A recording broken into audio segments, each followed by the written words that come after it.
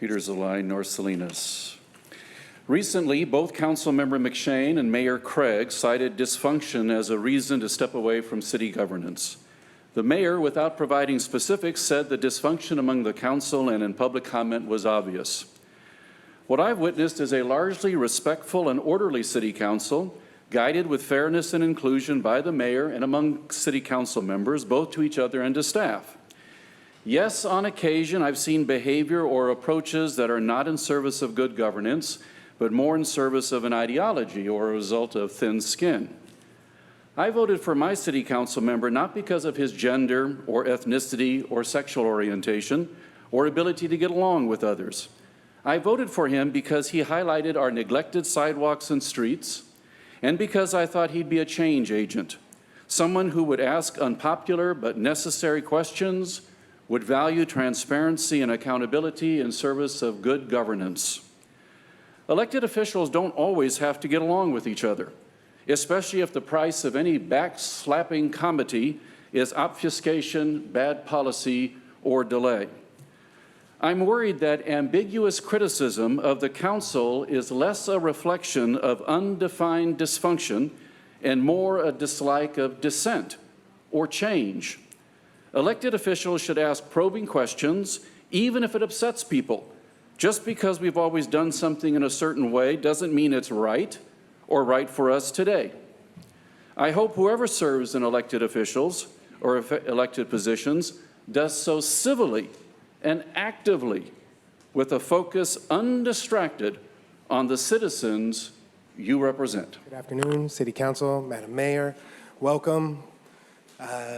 District 3 Representative Jesus Valenzuela. We're excited, I think, as a whole community, as a whole city of Salinas, that we have 5 months to see how this goes, and then getting to the elections of November 5th this year.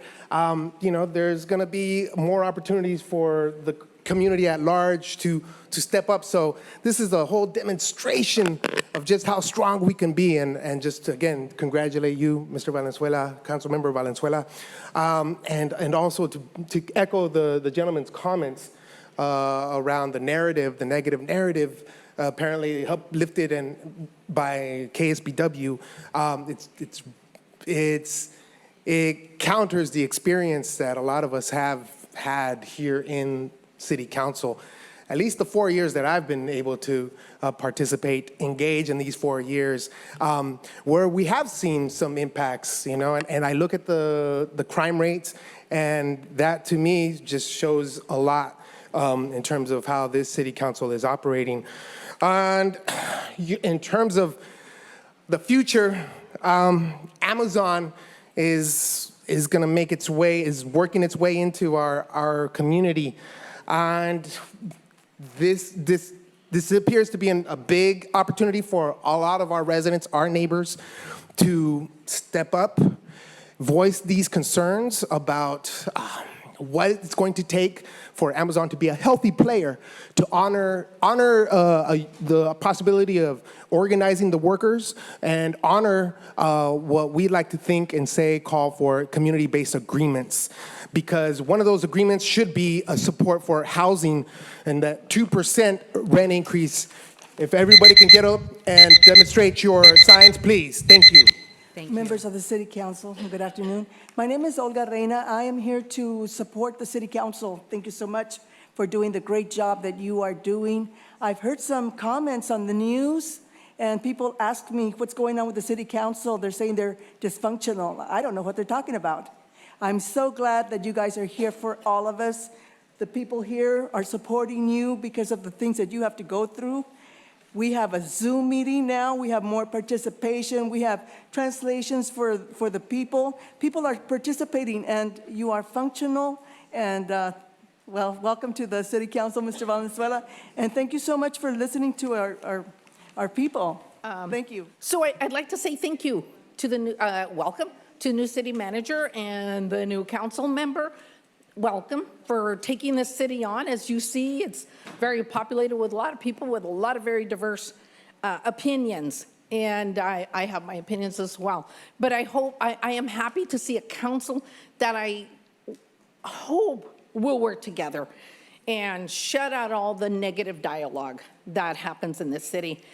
And you know what I don't want to see? I don't want to see another Groundhog Day, kind of like we're having in the nation, where we've got the same two people running for office again, whether we wanted them or not. And now it seems to be that we're going to bring old council members back and an old mayor back because only they can fix the problem, because, you know, you guys don't like the city enough. And, you know, you need the boomer generation, and which I am a member of, to come and teach you a lesson how to run the city, because somehow you guys don't like police officers and you're also divisive and you can't work together. And oh my God, you know, so we're gonna get Groundhog's Day all over again. And you know, I can go through a list of all the things that didn't go so well under those individuals. I hear Taylor Farm is selling. They never should have been in Old Town to begin with, because that was part of Chinatown, but they got the backdoor deal. There's the homeless that have been swept all over the city, and now we have problems over in Creek Bridge. There was the old mayor who tried to put a prison behind Natividad, and the residents of Creek Bridge fought that back. The same mayor and the same council member who tried to put a garbage burning facility in the city of Gonzales. Sorry, I was part of that, and I helped fight that back. And thank goodness the communities in Gonzales and Salinas don't have to put up with burning stacks going all through the city. So I think people need to really pay attention to the history of what's gone on in this city and not think that just bringing back the old is the answer. Thank you. Let's move forward. Thank you. Thank you.